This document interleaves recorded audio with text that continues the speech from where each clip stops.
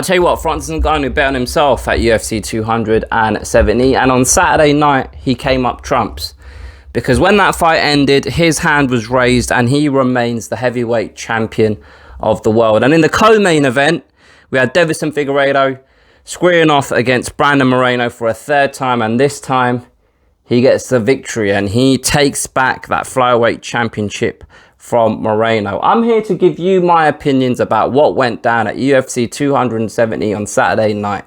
But before I do that, my name's Rahul J-Chan. This is the Battle Camp. Thank you very much for joining me. If you're new to the channel, please do subscribe. I'm very close to getting to 1,000 subscribers. I keep saying this. So help me out, man. Help a brother out. Help me get to 1,000 by hitting the subscribe button. Now, look, there really is only one place to start. And I don't want to waste a lot of time talking about specifics in the fight, right? Because going into the fight, there was so much more at stake than just winning or losing a contest in the octagon, because there was a whole bigger contest going on outside of the octagon, and that's what I want to focus on today. But I just want to share a couple of observations from the fight itself, right?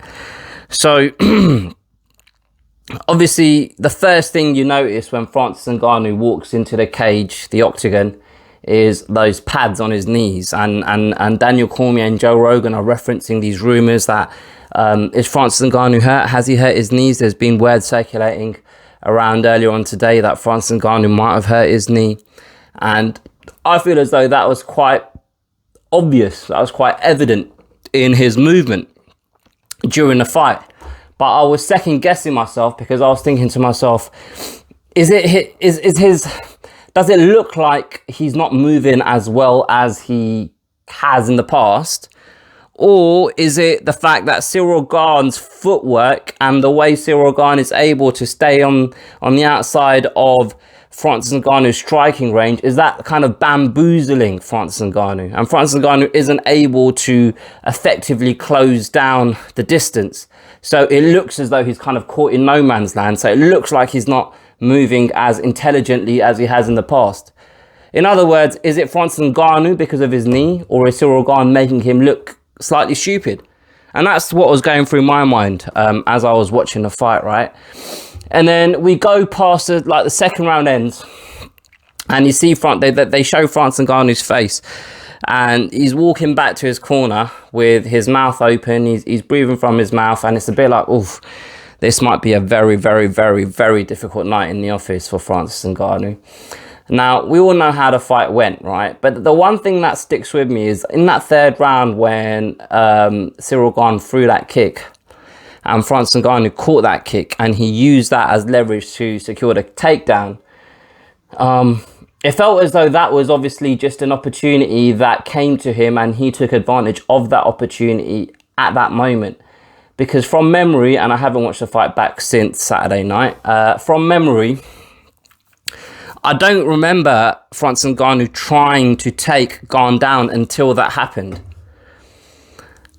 And when that happened, it felt as though something clicked. He made that adjustment in the moment. He realised, I can take this guy down. And that's what he started focusing on, and that's what we saw happen throughout the fourth round. And then the fifth round, I don't know whether it was whether Francis Ngannou closed the distance and engaged in the takedown, or whether Ciryl Gane managed to just get the takedown himself. But obviously, Ciryl Gane ended up in top position, and he made that mistake that allowed Francis Ngannou to reverse and end up on top and win that round. But going into that fifth round, right, I remember I was messaging Dara, my mate, and we were talking about this fight, and at two, like we were saying, I reckon it's 2-2 going into this fifth round. So obviously Ciryl Gane had won the first two, and Francis Ngannou had won the second two. And I said to him at that moment, and I felt like this was quite poetic, so I'm going to share it with you guys. I felt like that, like him going into this fifth round is a metaphor for this last year that he's had of his career. Because going into this fight, he was rolling the dice. Like I said, like I started in the video, like he was betting on himself. And it all came down to this fight. Like, this fight dictated how the rest of this year, and by proxy, the rest of his career goes, right? And with that being said, he was in that position in that coming to, like at the end of the 4th round, at the start of the 5th round, standing across the octagon from Ciryl Gane, knowing that this is it, it's do or die at this moment. And with all of the adversity outside of the octagon that he was able to kind of put in the back of his mind, or maybe use as a motivating factor rather than something that created a load of pressure on his shoulders. And I spoke about this in my preview video. But obviously the injury as well, so physically not being as mobile as he would have liked to have been, and having to deal with that in that moment, in that 5th round, end up in bottom position against Ciryl Gane and still manage to claw back and get the victory. You have to take your hats off. I mean, I'll take my hat off right now, but I won't because my hair's a mess underneath it. But fair play to him. Like, Ciryl Gane, it was quite funny, right? Because Ciryl Gane was winning the first 2 rounds. Oh, sorry, he won the first 2 rounds. But the way in which he won them, it's too strong to say I wasn't impressed, but it was almost as if it was like a box ticking exercise and not a fight. And what I mean by that is he was scoring points, right? Because he was throwing those low kicks, but not with real conviction, just kind of slapping the legs of Francis Ngannou. And he was landing strikes, but it wasn't doing any damage, right? And the way you score these, the main criteria to score a fight is damage. But I wasn't seeing Ciryl Gane create any damage. And whether the game plan was to smother Francis Ngannou somewhat and keep him at distance, keep him at range, keep peppering him with strikes so he gets tired, and then you can put it on him towards the later rounds of the fight, I don't know. But the point I'm trying to make is, even though he won those first 2 rounds, it wasn't done in a overly impressive or convincing way. But having said that, you're in there against Francis Ngannou, so it's difficult. I'm not being critical of Ciryl Gane, because I appreciate the level of competition he was up against and the lack of experience he himself has. So he fought really well for those first 2 rounds. But again, what he did in those first 2 rounds, it didn't tell me, like going into the 3rd round, I wasn't sat there thinking there's no way back for Francis Ngannou. Do you know what I mean? It wasn't like he was overwhelming Francis Ngannou. He was just winning those rounds on a technicality because he was landing more than Francis was, but what he was landing wasn't anything vicious or powerful. That's the way I saw it anyway. But that's what the fight was. But let's talk about what happened after the fight. And let's talk about what happened before the fight. Because I've obviously got the benefit of having watched Ariel Helwani's MMA Hour yesterday.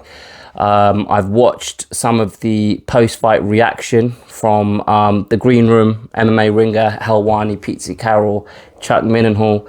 I've watched Morning Combat. I've watched Chuck again and Brian Campbell react to this fight. I've watched Luke Campbell's live chat after the did I call him Luke Campbell? I always do that. Luke Thomas's live chat immediately after the fight. Like, I've watched a lot of stuff, right, since this fight has happened.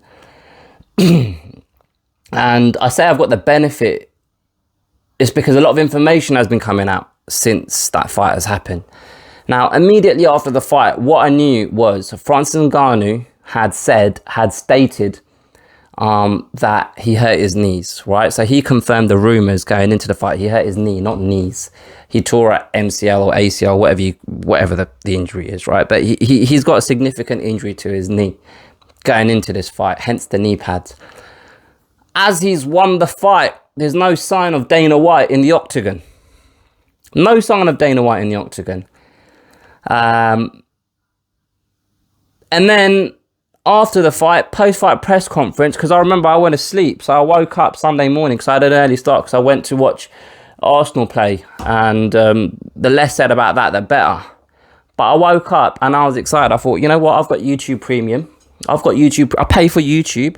So what I'll do is I will download all of the press conferences that I want to watch, post-fight press conferences, and then I can listen to them on the train as we go into London on the Underground. But there was no video of Dana White. I was thinking, that's strange. I watched the Francis Ngannou one, and the press confirmed to Francis that Dana White decided to skip the post-fight press conference. And I think the first observation I want to make about Francis Ngannou is just how dignified and how well he's articulated his message to us, the fans, the media, the UFC, through these public forums, through these press conferences, through the time he's had being interviewed, on Monday by Ciryl Gane. Now, I'm assuming in Cameroon, he didn't speak English. And I know for a fact in France, he didn't speak English. But the way he has a grasp of the English language and the way he is able to convey his message and his thoughts, you have to commend that. Because the way he speaks, it's obvious he is an extremely intelligent man. And as I watched the interview that Nick Sick, his coach, did, and obviously Francis Ngannou's interview on Monday, as they kind of surmised how it came out that Francis Ngannou had an injury, where it might have come from.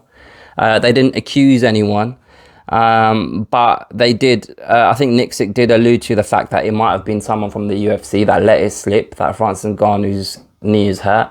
Francis Ngannou himself said he was certain that Ciryl Gane was aware going into the fight that his knee was hurt. And then the way Francis Ngannou spoke about the fact that Dana White chose not to come into the octagon to put the belt around his waist, chose not to go to the post-fight press conference to answer the questions from the media.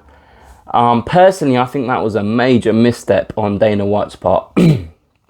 Because he's spent the last couple of weeks, perhaps longer, talking about Francis Ngannou being a talented individual, how he wants Francis Ngannou to stick around in the UFC, how he believes Francis Ngannou is a sound individual, and that the problem that Francis Ngannou has is he has a bunch of idiots around him. His management team don't know what they're doing. Most recently, he spoke about how he bumped into Francis Ngannou at dinner and they had a pleasant conversation. So, irrespective of the loggerhead you're at in terms of your contract negotiation, I feel like it was a misstep by not coming into the octagon and putting that belt around his waist and missing the press conference, because that in itself becomes part of the story, part of the narrative. And it doesn't shine a positive light on you and the organization, the UFC. So I didn't quite understand the thinking behind that. Now, maybe there was a genuine emergency or a genuine reason why he had to miss the press conference and why he couldn't get into the octagon to put the belt around Ngannou's waist. But he was just there the fight prior. He just was in the octagon putting the belt around Figgie's waist. So if whatever happened in those 40 minutes between the end of Figgy and Moreno's fight and the end of Ngannou Gane, I don't know, man. Now, obviously, we're now in a position where we've entered the unknown, right? Fighters being at loggerheads with the UFC is nothing new. It happens all the time. But often it happens when a fighter has a number of fights remaining on their contract. From what we know, and this is strictly coming from Francis Ngannou's side, we haven't heard comment from the UFC or Dana White. Francis Ngannou has no more fights left on his deal. However, he is still contracted exclusively to the UFC until the end of 2022. So he has 12 months left on this existing deal where he's not allowed to fight for any other promotion. The thing that stuck out to me during the interview that Francis Ngannou had with Ciryl Gane, Al-Hawani was basically saying to him, yes, you have leverage at the moment, you're a champion, but aren't you scared that the UFC might just strip you of the belt, because they've been known to do stuff like that in the past? And Francis Ngannou's immediate response was, well, if they do that, then I'm free to leave, because I've got no more fights left on my deal. Do you know what I mean? So that's an interesting little nugget of information when it comes to this. I really, really, really need to hear what Dana White has to say about all of this, this current situation when it comes to the contract of Francis Ngannou. Again, prior to the fight, another thing that Francis Ngannou shared with us was his manager, Francis Ngannou's manager, received an email, comms from the UFC, threatening a lawsuit because they believe that Francis Ngannou and his team have been engaging in negotiations or discussions with Jake Paul's promotional outfit, his manager Nikisa Badarian, whatever the guy's name is, and they believe that that goes against the terms in Ngannou's contract with the UFC. So that was just another hurdle that it felt as though the UFC were trying to put in the way of Francis Ngannou from throwing him off his game, and hopefully Ngannou losing that fight. Now, I have no doubt in my mind, if Ngannou lost on Saturday night, that would have been it. Dana White would have been in that press conference basically saying, well, look, obviously he's not as good as he thinks he is. That kid can go and box if he wants. His ego's out of control. You know, we've offered him a really fair deal. It's still on the table if he wants to take it. But if he doesn't want it, he can go. He can go and box if he really wants. We don't mind. He's not even that good. That's the kind of thing that Dana White would have said. I'm speculating. I'm assuming. But given that the deck was stacked severely, not in the favour of Francis Ngannou, and he's still come up with a win, you have to take your hat off to him. Now, me personally, I've been watching this back and forth between Tyson Fury and Francis Ngannou play out over social media over the last few months, years even, and it's something that I have no interest in watching, right? I don't feel as though Francis Ngannou has anything for Tyson Fury when it comes to a boxing match. I honestly can't see any scenario in which Francis Ngannou beats Tyson Fury in a boxing match. Having said that,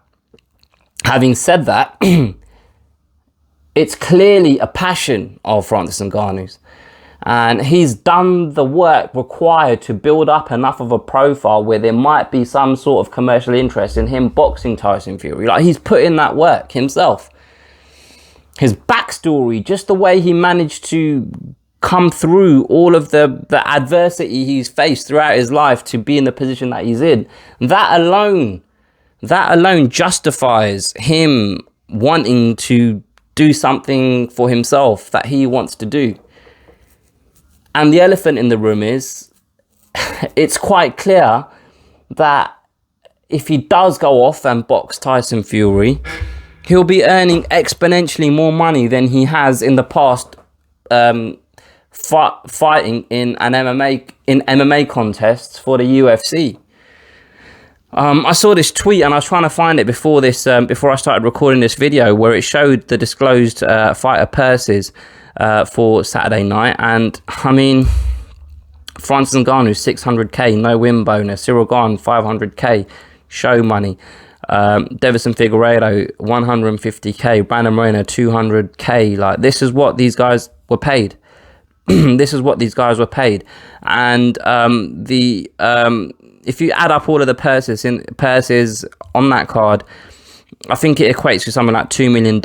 And then there was someone that did some sort of breakdown of all of the revenue that the UFC generated from Saturday night. You know, $5 million for the gate, and then the advertising and the pay-per-view revenue and stuff like that. And I can't remember where I saw it on Twitter, man. But it basically equated to around $20 million from memory. So we're talking about, and the tweet itself said the fighters got about 14% of the overall revenue that we believe was generated from that one event. And this is what the whole argument's about. This is what the whole argument's about. Now, when it comes to Francis Ngannou, I can't see a scenario where the UFC allow him to go away and box. I can't see a scenario where he's locked in on a multi-fight deal, and he's got that multi-fight deal, but he can dip in and out to box as and when he wants, right? I can see a scenario where he goes away, he boxes Tyson Fury, if that's a real thing, because another aspect of all of this we need to take into consideration is, okay, yeah, Tyson Fury has been tweeting at at Francis Ngannou. That doesn't mean to say that this fight will seriously happen, because Tyson Fury is a very active person on social media. He spent the morning calling out Joshua, Dillian White and Usyk. That's what he's done this morning, making videos, walking around, calling everyone shithouses and bums. And like, Tyson Fury is known to have a rant on social media. Now, whether, I'm not saying he's scared to fight Francis Ngannou, or whether, I'm not saying he doesn't even want to fight Francis Ngannou, but what I'm saying is, he's a guy that just says things on social media, but it doesn't mean to say that there's an appetite for the promotional outfit behind him to actually promote a fight between him and Francis Ngannou. Now, I'm assuming, wink, wink, nudge, nudge, his management team have had some conversations with people that are in the know to garner whether there is genuine interest from the Tyson Furie's of this world, or from boxing promoters. Now, Dana White doesn't have the best of relationships with Top Rank Boxing. Like, he talks a lot of shit about how can I forget his name? Bob Arum, right? He talks a lot of shit about Bob Arum. Dana White doesn't have the best relationship with Showtime.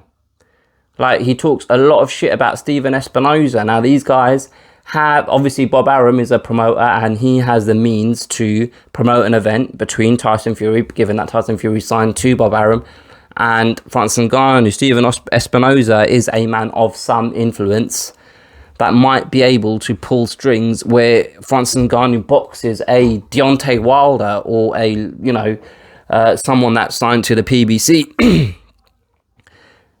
Eddie Hearn in the past has spoken about how he'd like to see Dillian White box Francis Ngannou, and then they have an MMA fight. Like a, one here and one there sort of deal. And that seems the most far-fetched to me at this moment. But the point I'm trying to make is, boxing promoters potentially have the potential to promote a fight between Francis Ngannou and, top boxers, right? Sorry. So it feels as though there's potential for him to box. Personally, I don't know whether he'd be any good at it. Personally, I don't think he can mix it with the elite boxers out there. But I believe he's earned the right to try, if that's what he wants to do with his life. Especially given the fact that it seems as though, it seems is the wrong word, because it's quite clear. I wish I had that tweet in front of me, man. I feel, quite frankly, I feel disgusted with myself that I can't find it.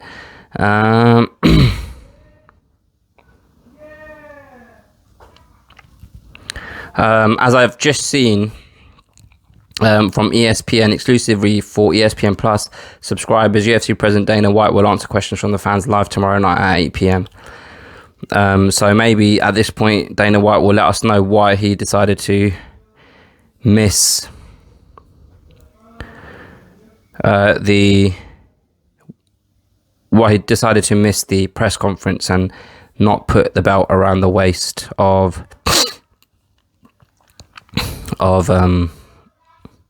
Francis Ngannou. All right, I'm going to stop scrolling now, because I'm just trying to look for this information so I can read it out to you, but I can't find it. So yeah, interesting times ahead. Very interesting times ahead. Quick word on Ciryl Gane. He seems so likable. He's clearly very talented. The only thing that I would say is, I'm a little bit wary about Ciryl Gane ending up.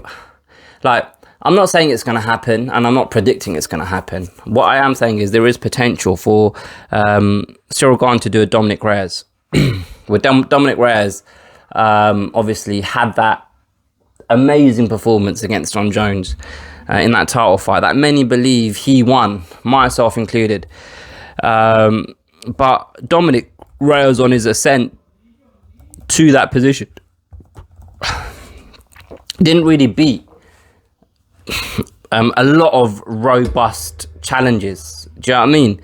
Like, he beat Volkan Ozdemir, who was at the time, he was a guy that was in and around, I think Ozdemir had just challenged Cormier for the belt. He beat Chris Weidman, in his first fight moving up to light heavyweight, and then he was in there with John Jones.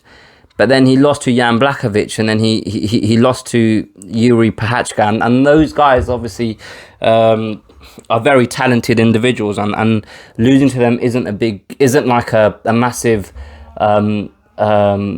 indictment on Dominic Reyes' ability. But I suppose the point I'm trying to make is I feel as though Ciryl Gane was fast-tracked into this position.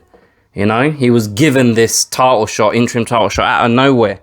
And I believe that there are big names in the heavyweight division that he hasn't fought yet.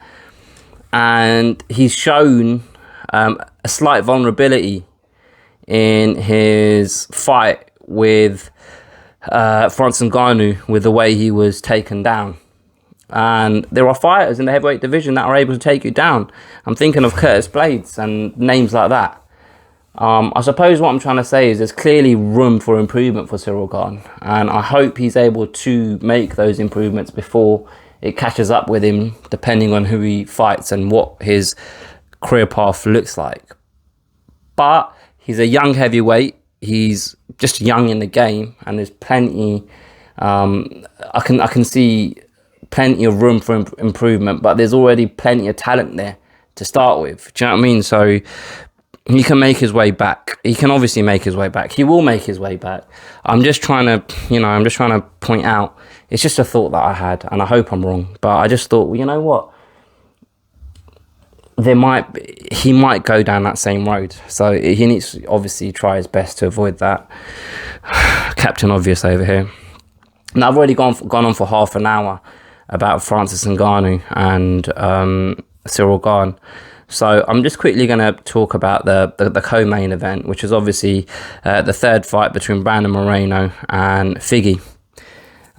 So obviously the first fight I think was a majority draw, was it? The second fight, Moreno won convincingly.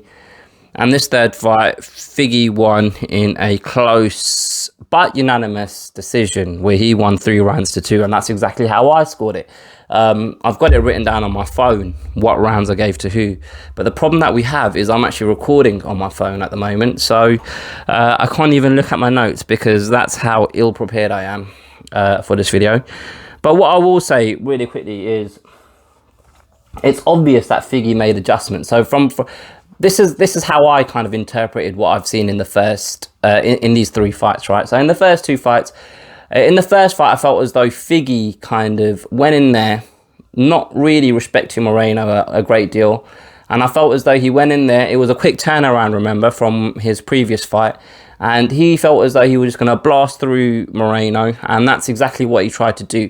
And he was throwing massive bombs and haymakers in the early rounds in the first fight. And I feel as though he was surprised a little bit that Moreno was hanging in there. And I feel as though he started gassing a little bit throughout that fight. In the second fight, Figgy was less aggressive in terms of being on the front foot, but he was willing to get involved in exchanges in battles because it's in his nature to be aggressive, and it's in his nature to be the offensive fighter, right? And that played into the hands of Moreno because in those firefights, it felt as though Moreno had the quicker hands and he was a sharper boxer, and he was able to hurt Figgy and hit Figgy whilst avoiding Figgy strikes. And that's how he won that second fight. Now in this third fight, Figgy decided to use those leg kicks and be less risky in terms of his offense. And I hate it when I say offense because it feels American. I should just say offense. But then offense is like, oh, I'm so offended. You shouldn't have said that. Anyway, so Figgy was less attacking, let's just say, and he picked his moments more. He was less active, and with that, Moreno struggled to adjust because Moreno, it felt as though, likes to wait for Figgy to attack, for him to counter those attacks and get involved in these exchanges that he tends to get the upper hand in. I think from memory, I gave like Figgy maybe the first 2 rounds and the 5th, something like that. I blatantly gave him 3 rounds, right? And it was fair play. The only thing that I will say about these two guys is they put on entertaining fights, but the press conferences and stuff like that, I find them quite cringy, you know? Like Figgy saying stuff, and obviously it's not his fault because English isn't his first language, but he's trying. He's saying stuff and Moreno will just do blah, blah, blah, blah, doing that over the top of what Figgy was saying. And it was all just a bit childish for me. And I didn't really care for it. But it didn't really bother me a great deal because I knew that when these guys get in the octagon, it will be entertaining. And it was. It was. I've heard people talk about it as, an amazing contest, one of the fights of, a really good fight. I think Arahawani talks about it as one of the best fights of the year so far, and there's only been 2 or 3 cards or whatever. I don't know if he actually said that. I might just be lying to you guys. But I suppose I don't need to say what other people might have said to just make this point. I didn't find it that entertaining. It was interesting. It's not like I found myself looking at my phone during the fight. I was glued to the screen. But I suppose I was highly entertained in the first and second fight, which is why this fight kind of... It wasn't a anti-climax because I'd like to see them fight a 4th time. But it just wasn't, blow your socks off. Wow, what a fight. Do you know what I mean? But yeah, these are my thoughts about UFC 270. Not a lot of this video was about UFC 270. Most of it was about Francis Ngannou and his current situation with the UFC. But we are in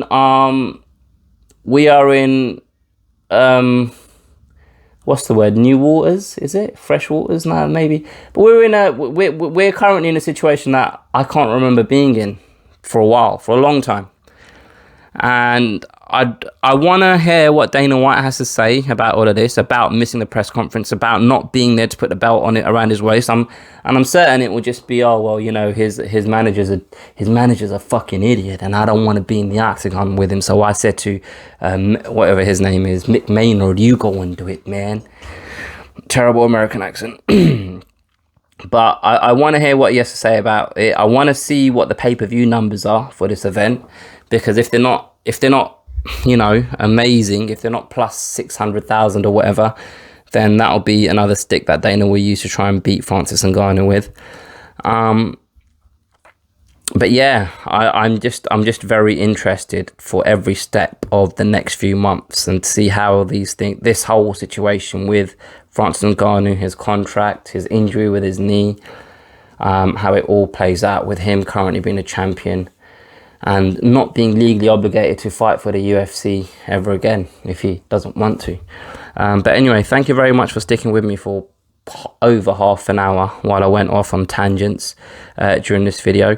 If you've enjoyed it, please do like it, share it with a friend, subscribe to the channel if you haven't already.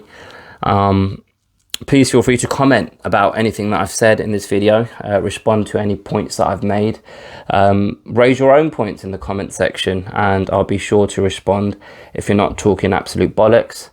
And I'll catch you guys next time.